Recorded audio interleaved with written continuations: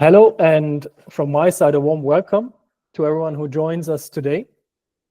My name is Philip, and I'm from One-Limbs, and I'm really thrilled to have Tilo here to our session today on the topic Bridging Systems, Thinking, and Practical Innovation. Over the next 45 minutes, we will be diving into the fascinating concept of metasynthesis. So basically, how we bring diverse fields together to solve big real-world challenges. I'm honored to have Professor Dr. Tilo Hühn from the Zurich University of Applied Sciences as our guest speaker today. So I personally believe that the magic often happens at the intersection of different disciplines. And Tilo's work perfectly illustrates how to connect the dots between the theory and practice. So let's get started, settled in to get ready for an inspiring look at how to turn visionary ideas into tangible realities.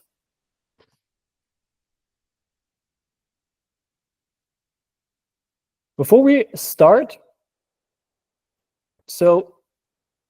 let's get covered a few housekeeping details. We are recording this webinar. If you miss anything or want to rewatch specific insights, we'll provide a link afterwards. Feel free to post your questions directly in the chat at any time so that we can answer all of them at the end of Tilo's presentation. If you'd like to have a copy of today's presentation and slides, just let us know. And we're happy to send it your way. Should you have any kind of questions or want to have more details about anything we discussed today, email us at hello@onelimbs.com. So I'm very delighted to introduce you, Professor Dr. Tilo Hühn, as a leading expert at the Zurich University of Applied Sciences. At the Institute of Food and Beverage Innovation, and an experienced authority in process design and food innovation. Tilo leads the Center of Food Composition and Process Design, contributing to a sharp analytical viewpoint and a talent for creative problem solving to numerous projects.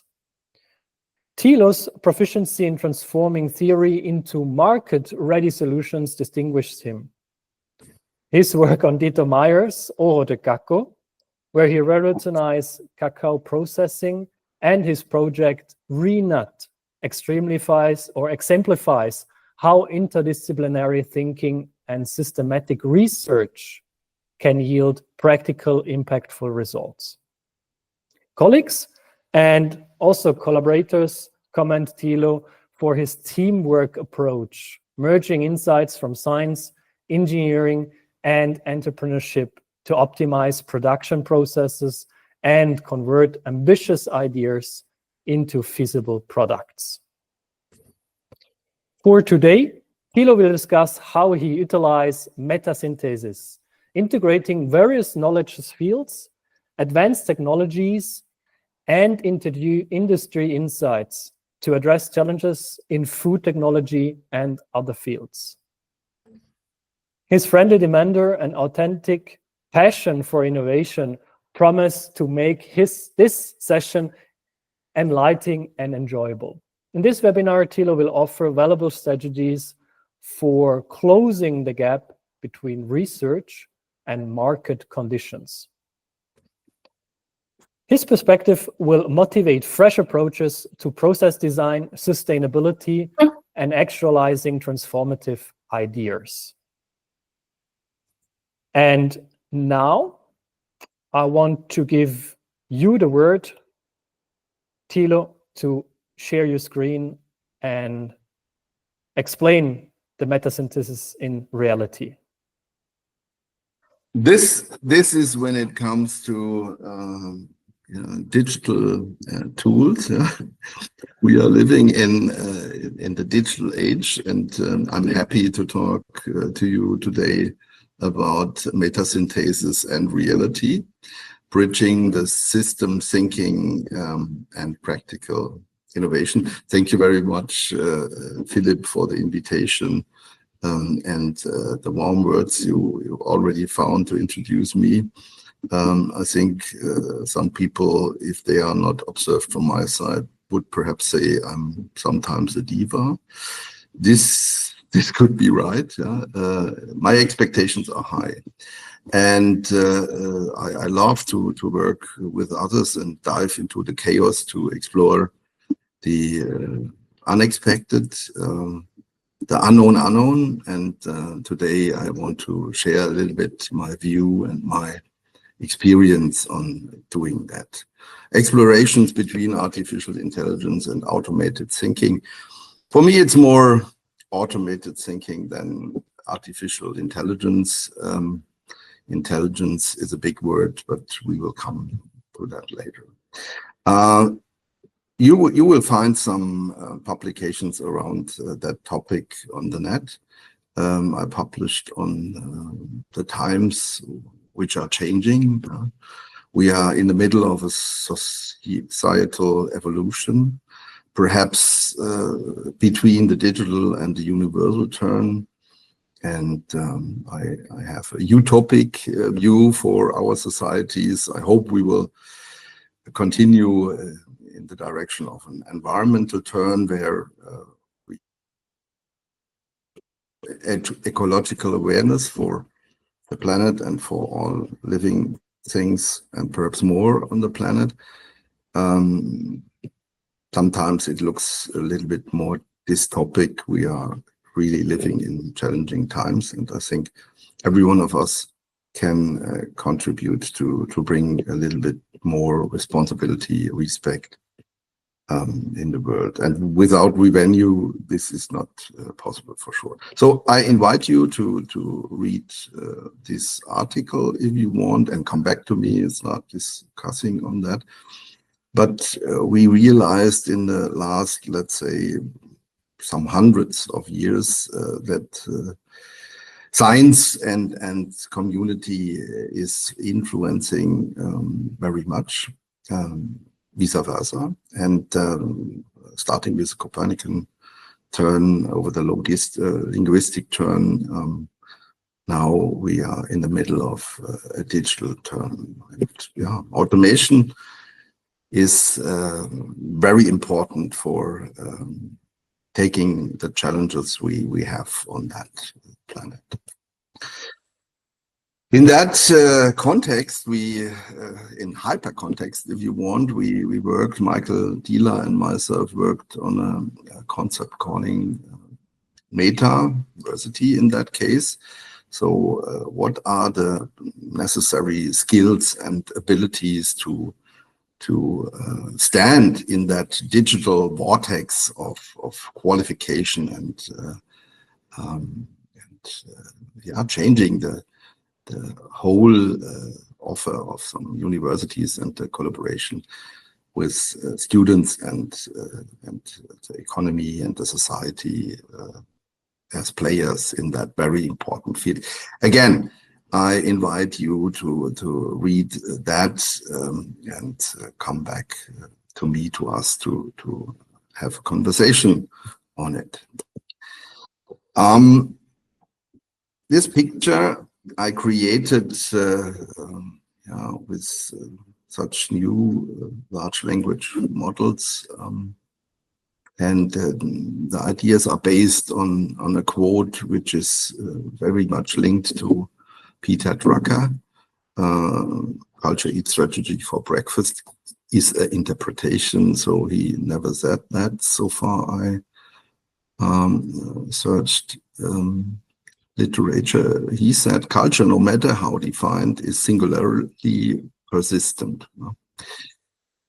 But what is culture? It starts with ourselves, with our mindset. Our mindset is really important. And before creating culture, for sure, our mindset is formed by cultural influences in our family, in our reference group, and people working together with us. But around that, it's really important which mindset we personally develop and how we collaborate with others and redefine or define a culture in a system. So beside strategy and mindset and culture, the soul set is really important for acting, behaving, and contributing or not to a culture. And as far as I observed, the mindset is really important for doing innovation, for dealing with all the new challenges when it comes to digitalization and the new order of the digital turn or the universal turn, I called it. So let's dive a little bit more into that environment of innovation. Some of you perhaps realize that I'm focusing with my team and with collaborators on the disruptive side, but don't forget the incremental innovation. It's both worth to do it, no question, but I'm talking today more on the disruptive innovation side. The problem you are working on is undefined. The complexity is emergent. Your focus is early adopters on all the scenes when it comes to the project itself, the people who are contributing as a team, the investors, the early adapters for the technology, and later, way later of the new products or the new offers innovation can bring. So let's make a difference between an idea, an invention, and an innovation. Following Schumpeter, it's absolutely clear an idea is an idea. You can have marvelous ideas, but an idea is no, there's no element of execution. An idea could develop to an invention, and if you go that way, perhaps your idea is more concrete, and there have to be, if you want to grant a patent out of it, this have to be really new. There have to be a difference to other inventions so far. And at the end, it has to be applicable. But the next step is an innovation, and an innovation is something which hits the market and creates impact. And these three things are different, and it's different to do it at the university, at a big corporate, or in a startup. It is absolutely a different thing, and it needs different skills and combinations of skills to be successful in that environment. We developed a transformational leadership model. It's shown here. Every step of it needs a different role model. Usually you start with best practice. How can we reach a goal? Managers are really good in exploiting existing business model. Then you need a transformational practice the first time to think about what are the borders of the system, what is possible to create resonance not only to the market, what is possible to create resonance in the existing system. If you start with a startup, you will start the other way around. We'll come back to that. But if you're running an existing company, you have to define what is most probably creating resonance to your employees and the overall system, and for sure the market. But without the people in the company joining your business model, you are lost. So this needs moderation, and the role of it is more leadership than being a manager, and totally other profile. And then it comes to exploring the potential rooms of new solutions for processes and products. And for that step, it needs another role. I call it the inventor. role. It's very important that you are open for the new things coming into the world. If you know exactly what to search for, you only will find that what you are searching for. You have to be open for new solutions, and to be a border out there to the base station, exploring the universe, but these borders have to be very wide and soft from my point of view. Otherwise, you will not come up with really disruptive and new solutions. If you are a startup, you will start with that position. So forget about the numbers. Then you will start with exploration before you create a business model. Yeah. In that role, the most important question is, how can we recognize a functional solution? You know, this is the most important element of it all. It's not about the definition of the problem to be solved. It's more. It's what is the criteria I can observe if the next functional practice could be found and applied. After that, you generate some business models, and in our universe of food, it's not only this things when it comes to design thinking. This is too simple. It often needs more elaborated practices, like the method of inventive problem solving, and you need really prototypes of the products. Not 80% is not enough, you know that, because food, the people are judging, and if you say this will be better in texture, this will be better in aroma composition, and so on and so forth, they are judging. So, and all the people are experts because they can decide if food is good for them or not. So there is no second chance to make a first impression. So no rapid prototyping. You have to be almost perfect. Let's say 80% for sure is not enough. So you generate a new solution when it comes to the process, and then it's really again leadership which is needed to transform the new solution to a resonance generating prototype, which could be applied over the company to the market. Then the phase of adaptation started. The manager can roll out a new business model with the company, and for sure it will be adjusted. No idea and no invention and no new business model hits without a modification the market.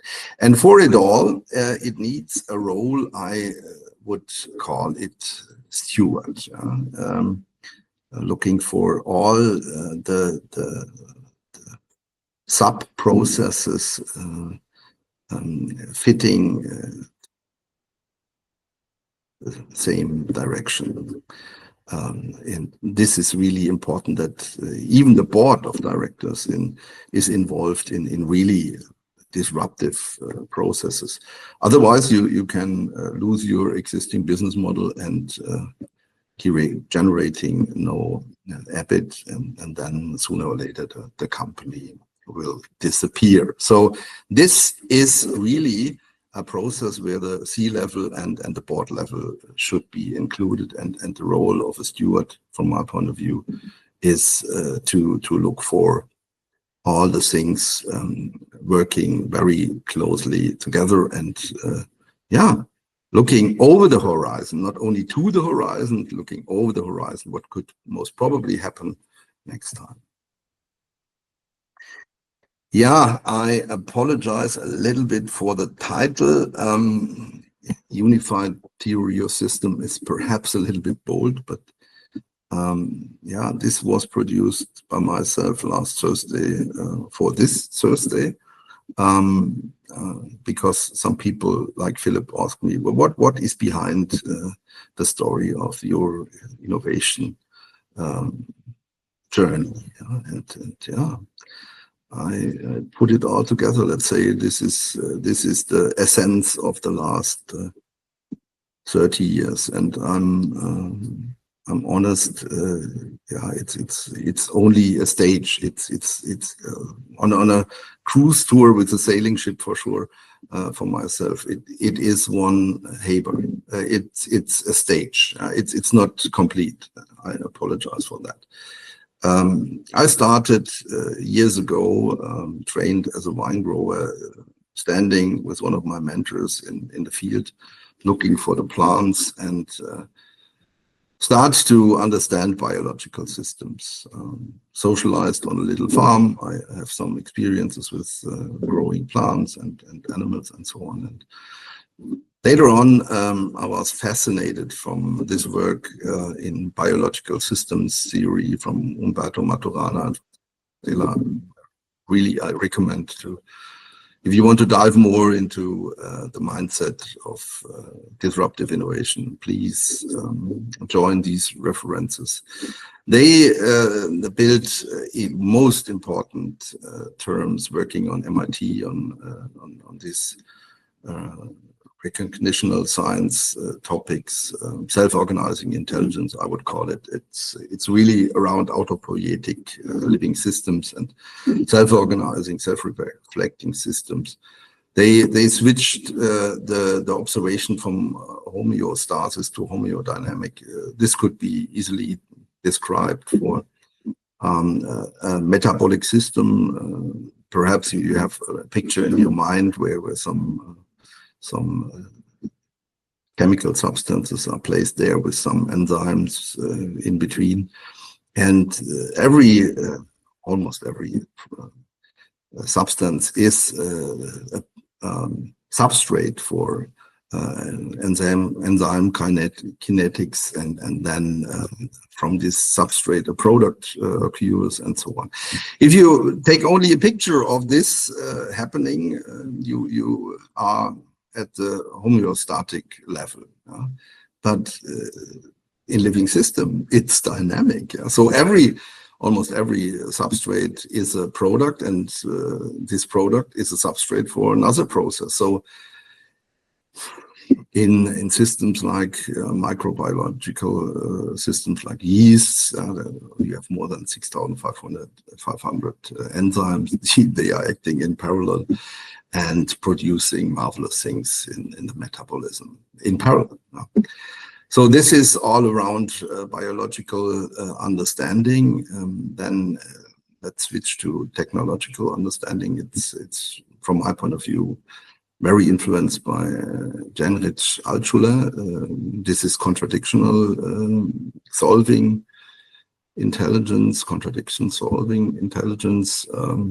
So he's the guy who will help you, he's that, but the thoughts of him and his team will help you to find solutions where there is a big contradiction. For example, you are looking for a system which consumes less energy and bring more output. This is a contradiction for sure, but he analyzed more than 40,000 patents and distillated 40 fundamental principles to do cross-thinking and finding some solutions out of contradictions. Yeah, then social, for sure, you can't oversee that communicative intelligence. If you want to move and disrupt, you have to take your colleagues and the market, customers, and people around you with you, and this is a social thing. I don't want to dive more into detail there, but it's very important to respect that too. And the last step here around the circle is co-evolutional. Donna Haraway, she moved the thoughts from Maturana and Varela in a more symbiotic way, and she added not only the structural thoughts that the substrate and the environment is really important for a living system. More to the machines. The Cyborg Manifesto is one of her works, and others. I recommend that very much. This is not easy to digest, but it includes a little bit the thinking what machines can bring at the next step to us. You know, when it comes to these questions about transhumanism and the further development in collaboration with machines, perhaps general intelligence or so, these thoughts are really interesting and from big importance. Yeah, let's look for the top. Heinz von Förster. This is not a miswriting. Understanding. This is an observation of second order. You can do a third order, but let's focus on the second order. Understanding. This is one of the main topics. These master of cybernetics. Already dead, Heinz von Förster made. I would call it reflexive intelligence. So if you want to understand how understanding is functioning, you are really on the way to do what is needed now, or what happens now when it comes to the programming of these new systems. If you are not able to understanding, you are not able to program such systems. But perhaps we are in a stage where the understanding of the systems is no longer possible. Some of us perhaps can do so, but others not. So this potential behind it is really marvelous. So when it comes to the simulation of neural system, it's the first step. And the next step is building neuronal systems, neuromorphic engineering. If you are interested, second week of 2026, please contact me. We will have a Digital Food Business Week, and some of the lecturers will be a colleague from IBM who will talk about the newest development of building neuronal networks, and this is really small in energy consumption and brings the next generation of perhaps machines who can be in our world in a way. This is the idea of neuromorphic development so far. If you want to build a machine who perhaps can be in a way intelligent. Now we are only mimicking intelligence, but I don't know anything. But as far as I can observe, we are mimicking intelligence. But if you want to build a machine, some of the scientifics are absolutely clear. We have to develop a system which can be in the world, like sensing the world, realizing that there is something around the machines. And now we are at the term of bodies of thinking and operating. This is written left. These things are multidimensional and coexisting. So this is, I apologize again, this is the base where we put innovation so far. You know, we are really in a challenging environment, and it's not only the climate change and the loss of biodiversity. It's the question of crop failures, and what is overseen most of the time, it's a question of crop composition. So in food industry, we are ready to deal with recipes and standards, but we are not ready to deal with different compositions. I already talked about that. Philip created a marvelous video about that. exponential food technology, and this is meant there. We are now moving to let's say next step, applying exponential food technology on the platform of metasynthesis. It's not only using cell culture techniques or bio transformation techniques using precision fermentation.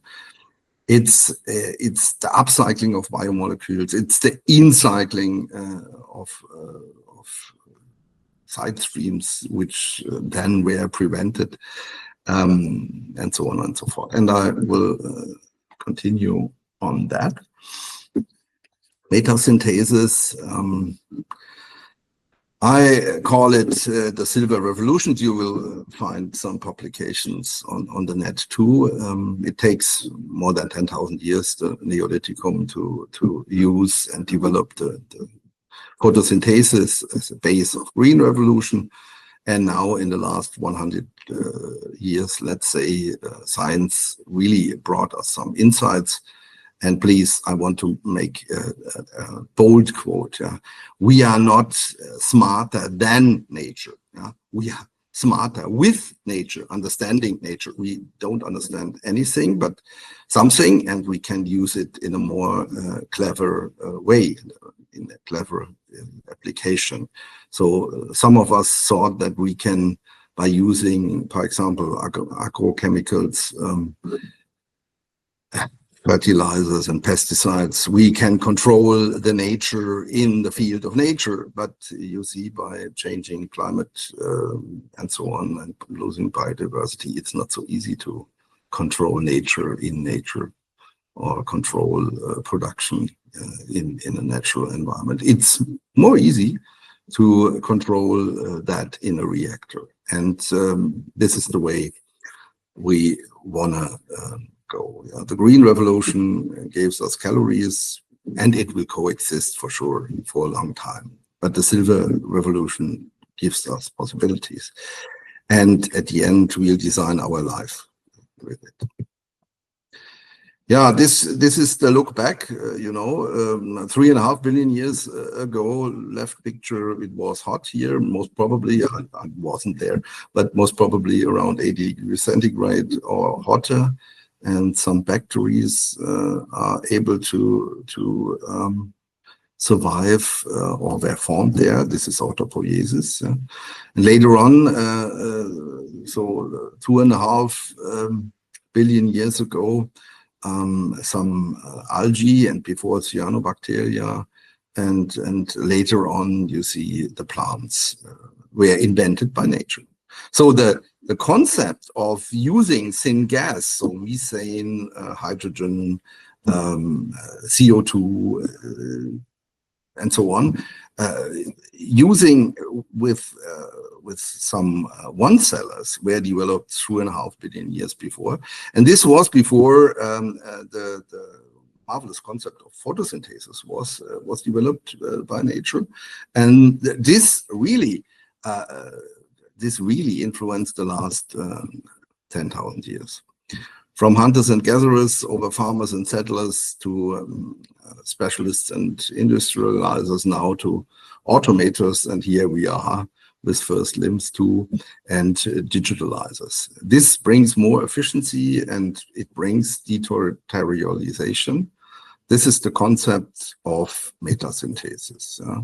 You can find later on here more details about the concept, or follow the link here. I published several articles on it, at least with my dear partner Gisela.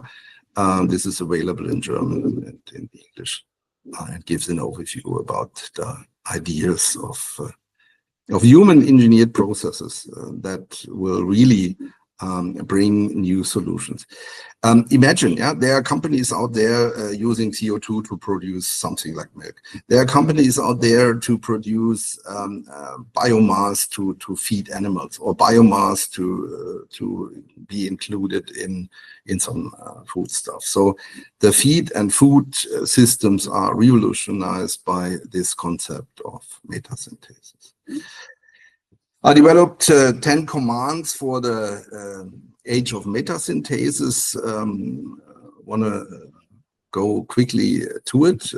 We are using more intense some space where some reactors can be placed, and we can harvest 15, 20, 25 times, it depends on the system, 30 times per year in the same reactor.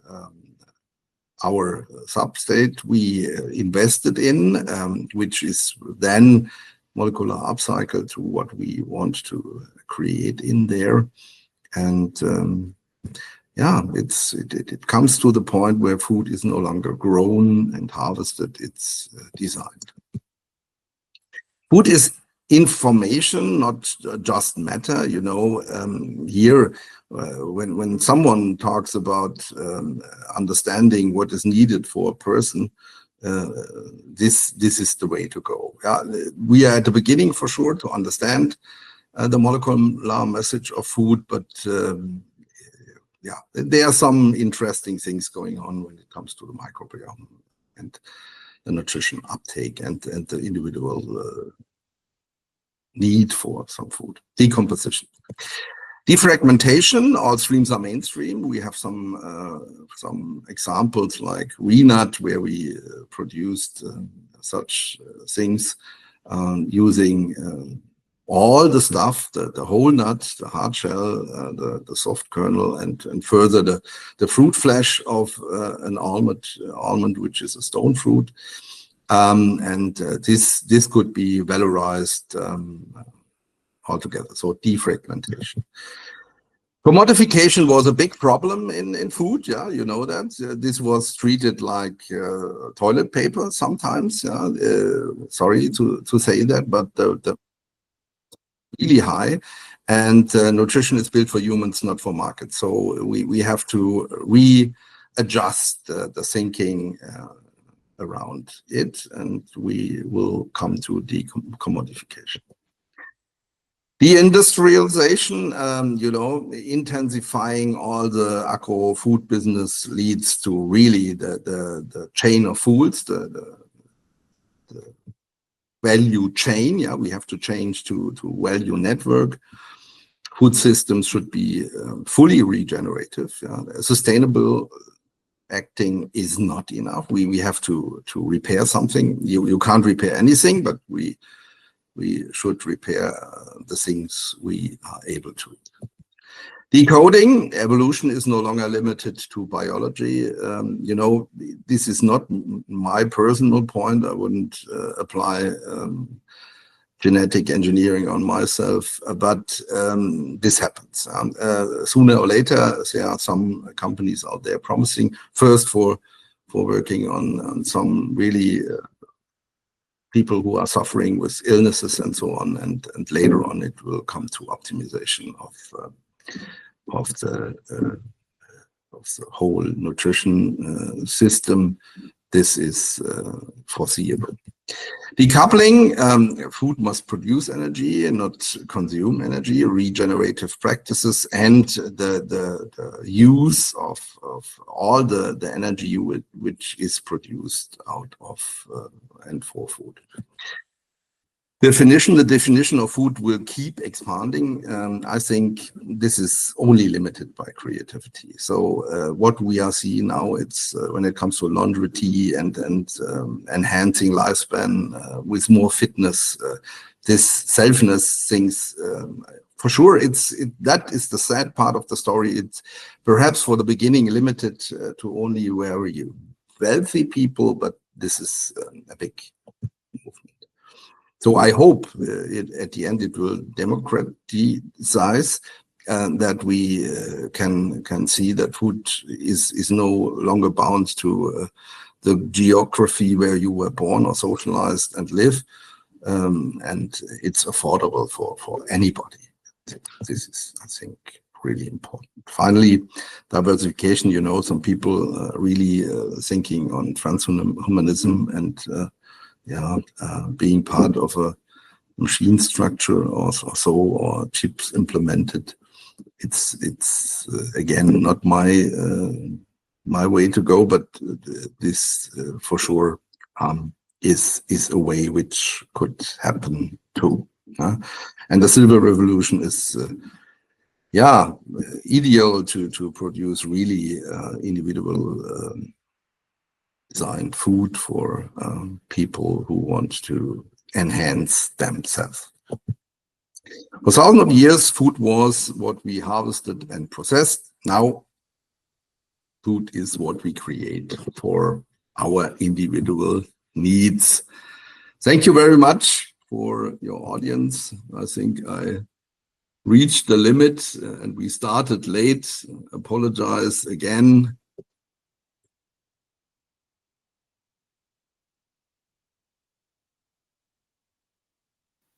There are no limits, Tilo.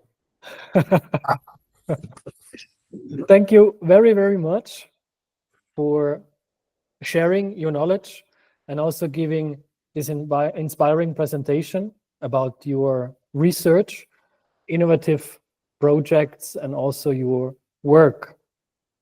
It was really amazing. Thanks also for your time.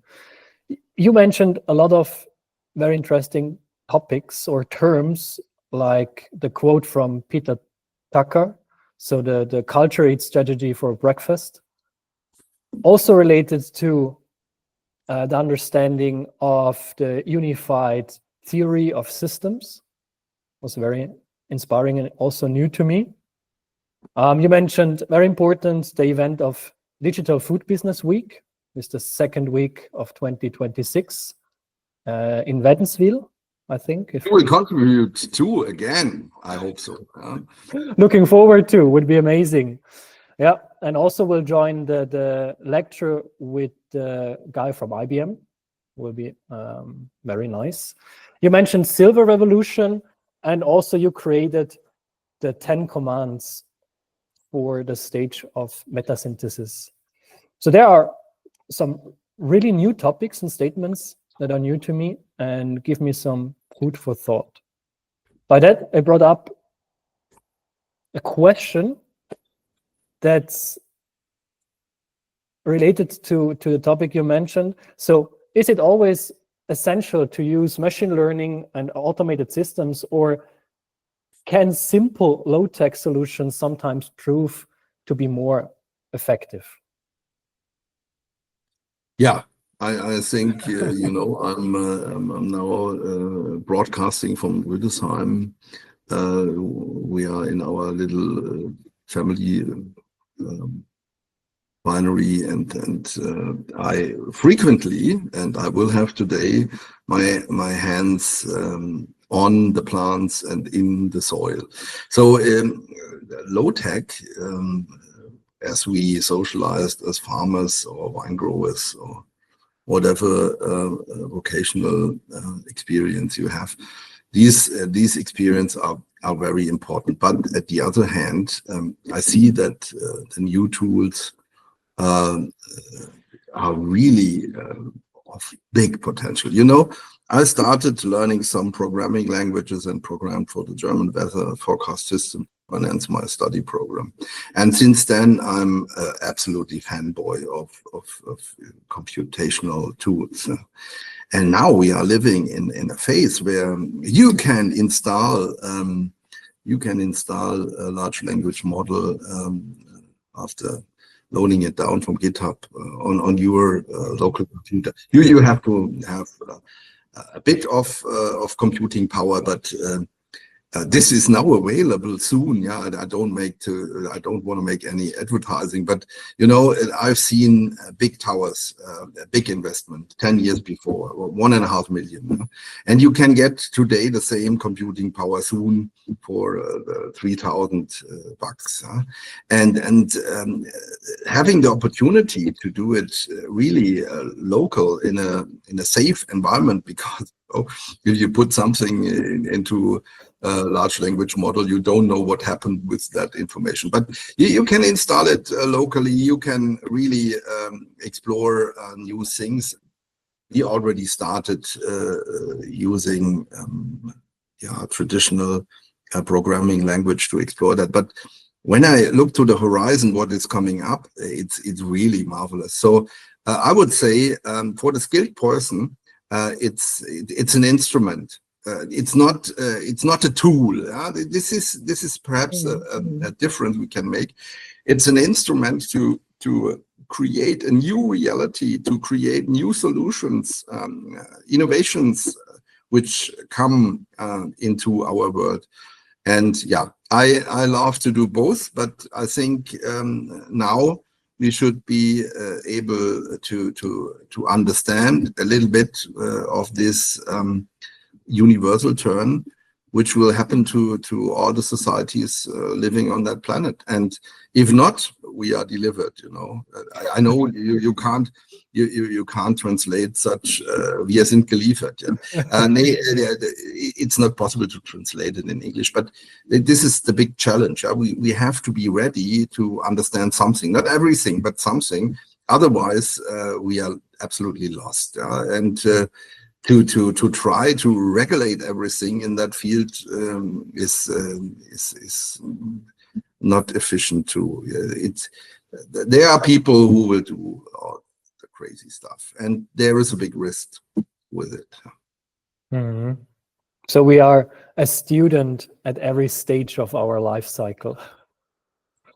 Absolutely, I would underline that, and this is the reason for me to stay a student. And most of the time, I was claiming in front of the first contact with my students, I have no clue about anything. Please don't believe something I will talk about. Make your own thoughts. So critical thinking is very important. It brought me here. If you enjoyed my contribution, it brought me here. If not, I apologize again, but I'm happy with the insights I had so far. Thanks for that statement. Totally agree. Another question that pop up is related to the less is more mindset. So most believe that actual sustainable innovation involves cutting down consumption rather than just changing it or shifting it. So how can we moderate economic growth with environmental accountability? Is there any relation, and how can we push that? I heard a lecture from the Chief Philosophy Officer of Patagonia, Vincent Plantini. I'm not sure about the plus name, Vincent. And he talked, you can find it on YouTube. He talked about the same things when it comes to sustainability. Sustainability is not enough. It's regeneration. And I think sufficiency is impossible. Perhaps some really controlled people can say, okay, we are reducing our footprint and so on. But at the end, look what happens to us at the earth. So I see my task to develop new process which has built-in regenerative effects, so that the next generation who is applying the technology have a more sustainable footprint than the generations before. This is my solution I want to offer to the food industry. These concepts are more continuous working. These are working with sensory applications. These are working with machine learning applications to reduce food waste, to look more for the composition and not for the standards, and so on and so forth. So this is my offer. I don't do anything right. Understand me right. I make the end. I think to hit the communities out there with the message,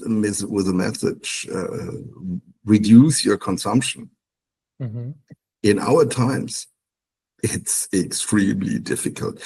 Observe it. If there is a community where more health is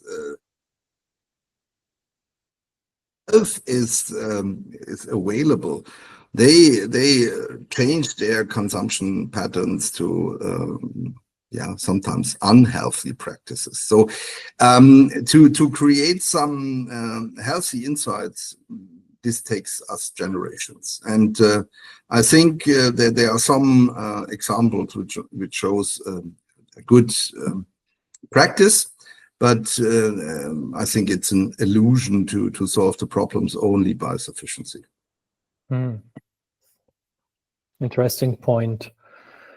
Nice. That brings me to the next question. So related also from the other perspective, you mentioned Oro de Cacao and also Renat, related to how to handle the potential conflicts between the profit-driven goals and the broader social and environmental impact of the new technologies. So is the profit the enemy of progress or a necessary catalyst? I think it's, honestly speaking, a necessary catalyst. You can't reinvent capitalism. This is not. This was the topic too. They were speaking in that lecture from Patagonia. They did a lot. Honestly speaking, they observed and applied a lot when it comes to sustainability. But at the end, they are selling clothes. They need to be profitable, and they want to make the world a better place. This is really a respectful goal. And I think when it comes to such thoughts on changing business models, I think we have already observed in the last decade that in such well-developed countries like Switzerland, sustainability has really an impact. And there are some people, wealthy people, who can pay for it, but there are some other people not so far away, and even in Switzerland, who have not the money to pay for the products which are more sustainable than the others. And this is the reason why I said my goal is to develop systems together with my team. I think Renat is a good example where we have double the mass or quadruple the mass if we take the fruit flesh into the system too, without planting a tree more, without using any fertilizer more, without using any pesticide more. So this is the idea. And beside that, I hope that other ideas and processes will come up where people have the affordable money to pay for better solution than we have today. I think some things you only can change by regulation. This is right. But the regulation has to be so flexible, and this is one of the biggest challenges. Perhaps we can talk in another web talk on that topic. We are on the way to publish on that point too. We have to find a way to deal with and really flexible and agile, adaptive regulatory system at the one hand for people who are really first movers and want to accept that some products came out of the reactor and they are other people. But to be clear, I respect the work of the authorities, because they have to be sure that no consumer is harmed by any new practice. But perhaps there is a way of more agile application sandboxes where people who want to take some risk can use that new food stuff to develop it faster and even have a better impact to environment and all the living systems on the planet. Also good point. Thanks for this answer. To bring the session slowly to an end, I'm curious about, if you have a day off, what's your favorite thing to do? Yeah, I have a day off now, today and tomorrow. I'm Nice. staying with my partner Gisela at our small vineyard in Rüdesheim. Yeah, and we already took a walk close to the River Rhine and enjoying our time and looking what's happening in nature here now in that very sunny valley today. Yeah, this is I love to talk with my partner and enjoying life, the environment, and I think coming to a reflection on that, this is a gift not every one of us have. Perhaps they have no possibilities to have a vacation. They have no possibilities to enjoy nature because it's already destroyed, and so on and so forth. And I think the other way around, I want to invest some creativity and work in developing existing processes for the good. Amazing. Thanks very much for sharing your free time, and also wish you nice days off and a great weekend. I want to ask the very last question and then go to the wrap up. So what interesting me is, where do you get your inspiration from, and what inspires you? I think this is really my environment, including my colleagues and my students and my partner and my children. So conversation is for me. It's if I have no one to talk to, I start talking to large language models at night because I don't want to wake up people lying beside me. So talking, thinking. This is the traveling. This is really nice to switch to the exploration mode. I think I'm already daily in the exploration mode. This brings all the thoughts up. That's also a great closing, kind of the mindset of the exploration mode. Lovely to share this. Also, as we wrap up, I want to extend a huge thank you for your time and attention today. I hope you've come away with fresh perspective and how to make innovation both systematic and impactful, whether it's in food tech, lab processes, or any other field that needs transformative thinking. Thank you very much, Tilo, for sharing your expertise and inspiring us to look at challenges from multiple angles. If any one of the attendees want to have a follow-up question or simply want to continue the conversation with Tilo, please reach out on LinkedIn directly or send us a message to hello@onelimbs.com or visit our website at onelimbs.com. Until next time, so stay curious, stay collaborative, and keep turning big ideas into real-world results. See you at our next events and wish you all a great day. Thank you very much, Philip. Thank you all for the audience. Bye.